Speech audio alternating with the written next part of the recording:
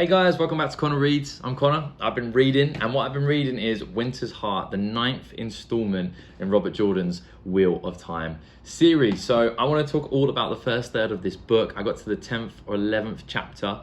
However, there's going to be a ton of spoilers for this book and the series before, so you have been warned. So as always, the prologue slash opening chapter is always incredible, but this one was amazing. We jumped around a ton of different storylines, and I actually really like the first storyline we go to. So the first storyline we go to is the Aes Sedai who are in this predicament in the White Tower. So some of them have been sent to find Black Aja, and through kind of accident, they have found one. So the opening scene is Talene, and really she's having a tough time now. She's been put on some kind of torturing chair where you have to live like your worst nightmare or the nightmare that someone channels into you. And now she has decided to talk and take the oaths and essentially be a snitch. She's under the impression that Aleida is not Black Aja, which I feel like we knew already. And her reasoning behind that is that the Black Aja knows everything Aleida's going to do, like way before she does it. So maybe it wouldn't take that amount of time. There wouldn't be that disparity of time, is what I understood from that. And I think our big thing is we just need to figure out exactly where Messana is. Her being the most, deadly person in that section of the book and that storyline, obviously being a Forsaken and pulling strings. So it'll be interesting to know which Aes Sedai she is. And honestly, I know I'm supposed to be making predictions, but I actually have no idea who she is. It's really frustrating me. However, I do predict that Eggy's arrival, there's going to be a ton of issues in that storyline, and they're going to try every which way to stop Egwene.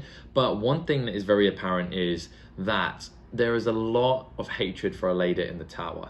So I don't think it's going to be that difficult to convince the Aes Sedai in the tower to go across and to treat Egwene as the Aemilian Sea. And I say that hesitantly because obviously it's going to be really difficult, but I just think that discord and that disconnect between everyone and Aleida, like there's already hatred there for her. So unless Messana somehow takes over the entire tower, which could be possible, maybe in her disguise she convinces everyone to depose Aleida really quickly and she gets voted Aemilian, which would be a nightmare. Yeah, I'm hoping this is going to play into Egwene's hands. Then we swap over to Mazrim Taim visiting Elaine, and Mazrim Taim is just, I just hate him. Like, I hate him so much. He's so uppity, he's so aloof and just egotistical and just dangerous.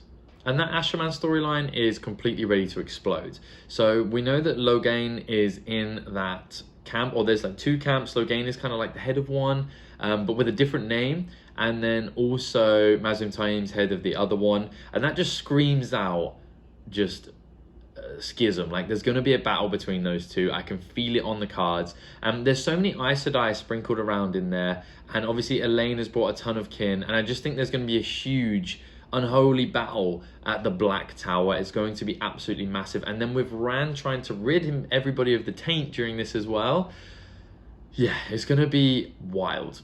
So let's talk about Rand trying to lift the taint. I have no idea how he's going to do that. Obviously he's taken some kind of inspirations from his previous interactions with the Taint, and I know that time in Shadar Logoth must have given him some ideas, and the Taint really didn't like what happened to it as well. And he also has a scroll, like a scroll that seems, I don't know if it's a Tel'aran'rhiod or it's just the information on the scroll that he's going to use, but again, a mystery. I did have a sneaking suspicion that maybe when he tries to rid the Taint from the male half of the power, the source, maybe it releases the Dark One somehow. I don't really have any logic behind that, but what I do, so my logic behind that is when the breaking of the world happened, that's when the Taint was put onto the male half of the power. So maybe removing the Taint would release the Dark One. Probably a million miles off, but that was the only thinking I had with that. And then the next storyline we get Fael and Morghese in the camp of the Shido. And I really did enjoy that chapter or two. So it was interesting. Like, I'm trying to figure out, well, how would they escape? And the power dynamics in that group is amazing, because obviously you have Savannah, and then you have Galena in there. You also have a few others who are trying to take control and who are wise ones, and who are trying to depose of Savannah. So like, it's so volatile. All of the storylines we have right now are absolutely so volatile, they could explode at any point.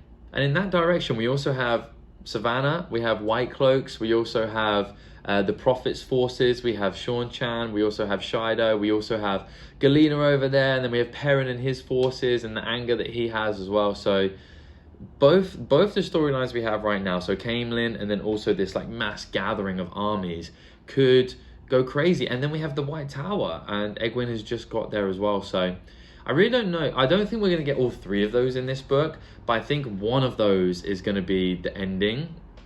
Or it could be Rand trying to remove the taint and what happens. I hope it is. That's the one I'm most interested in. But I don't know. Maybe we have all four go off at the same time, and that would definitely be the best ending of any book so far. One thing that really interested me was the dynamic with the Soldam and Daman, who have been captured from the Shawnchan.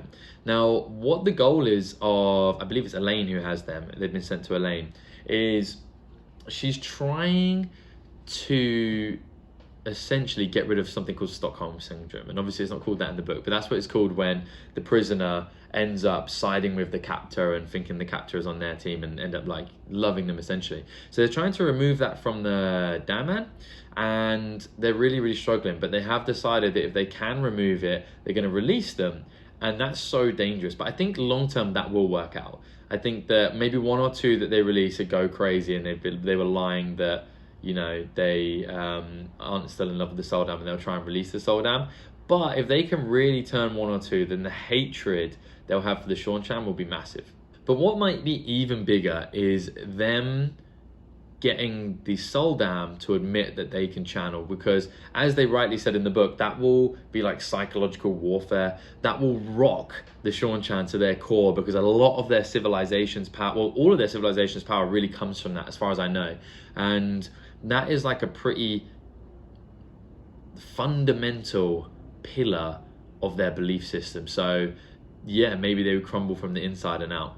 As I predicted at the end of last book, Elaine's storyline is extremely political, and honestly I was a little bit bored by it until the assassination attempt. And I knew there was going to be an assassination attempt not a long time ago, but when the scene in the book, basically, I don't think Robert Jordan talks a lot about food, and some authors love to. He describes it here and there. But when all of a sudden we had like deep descriptions of 3 different dishes and she had options for food, I knew something was wrong. Like there was something about this food and drink that was different, because we never get such detailed descriptions of it. So yeah, she gets poisoned, and then someone comes in and saves her. I can't remember his name, but he comes in, saves her from all the assassins, and then he is made the captain of her like bodyguard squad, which seems like a really good idea.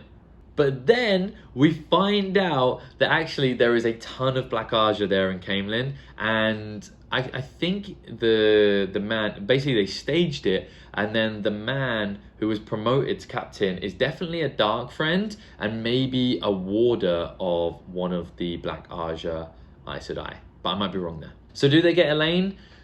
I don't know. They might get caught up in this big Black Tower just mayhem that's going to happen. I hope they don't get Elaine. I do like Elaine. She's quite level-headed. Nynaeve is there to help her out. Avinda's there to help her out. And obviously, you know, the big problem, the snake in the grass, is this guy who is now the head of her bodyguard. But we also have, you know, she has a warder there as well, so she's going to be quite safe with Bridget there. And then also Avinda and her are now near sisters. And I forgot to mention that scene. That scene was interesting, and I thought, like, maybe does that scene where they become first sisters, sorry, not near sisters, when they become first sisters and they get like born again, and I was like, is that somehow representative of how people come, like they're spat out of Tel'aran'rhiod and back into the pattern?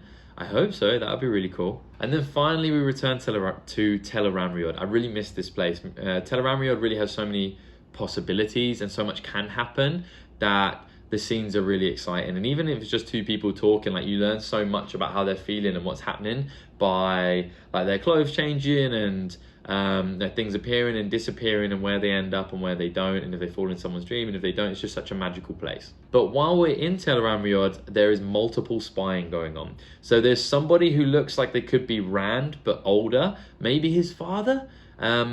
It's a long time ago I read about this, but I remember when Rand asked about his parents, they said that his mother was killed because she saw someone who looked like his father. So maybe his father is alive. And I remember thinking that at the time.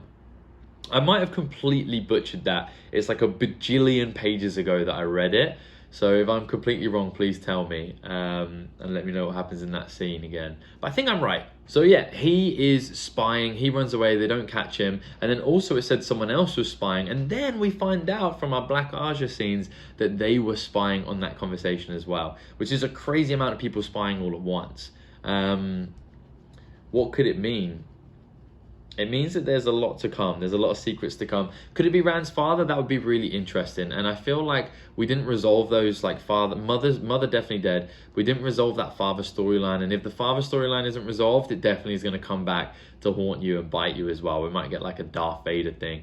But yeah, I'm really excited to find out more about that. And the final thing that's mentioned is the Black Aja. They have like a long red flute log, I think it was described as. And this could be anything, but like if it's anything like the Oath Rod, because the Oath Rod is super OP, it's very overpowered, and it would just be useful to have. Like, I know it's immoral to be using it on people, but really it would be so useful to have everyone have to tell you the truth and have to swear the truth in front of you. But a red one, I mean, red seems like a bit of an evil color. It's a bit of a menacing color, so you know, maybe it's completely different to the Oath Rod, but I don't know why it would be like log or rod shaped, you know. So I predict that that is going to be a dangerous item. And maybe it's an item where you just have to do what the person says, which is kind of like the Oath Rod anyway, but more like a controlling, because Robert Jordan seems to have a definite obsession with like one person having dominance over another person. There's so many different ways it can be done in these books, and so many different examples of it and such detailed descriptions, and it really makes you feel for the person being dominated because there's nothing they can do about it. But yeah, Robert Jordan definitely has, you know, some strong ideas about that.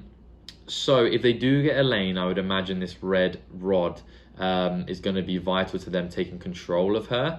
And at the end of this book, if I make a prediction, I don't think Perrin's storyline could interact with anybody else's. I think that's going to be its own thing. I think the White Tower storyline may progress a little bit, but it's not going to be our finale. I think our finale is going to be Rand trying to get rid of the taint, and that is going to, and then maybe he does that, and then he comes back to see the Asherman, see like how that went, and there's a huge just problem. Like, everyone's at each other's throat. The Black Aja's out there, Elaine's been taken, everybody's fighting, the Asherman are fighting each other, Logain versus Mazrim Taim, and it's just going to be, I'm hoping that's going to be our finale, so we'll see. Outside of that, please like and subscribe. I love having interactions with you guys on this channel, especially you Wheel of Timers who have come this far. I would love to see you again. Comment, tell me, you know, what did you like about this section of the book? What do you think of my predictions? And yeah, I want to hear it all. Thank you so much for your time. Have an amazing day.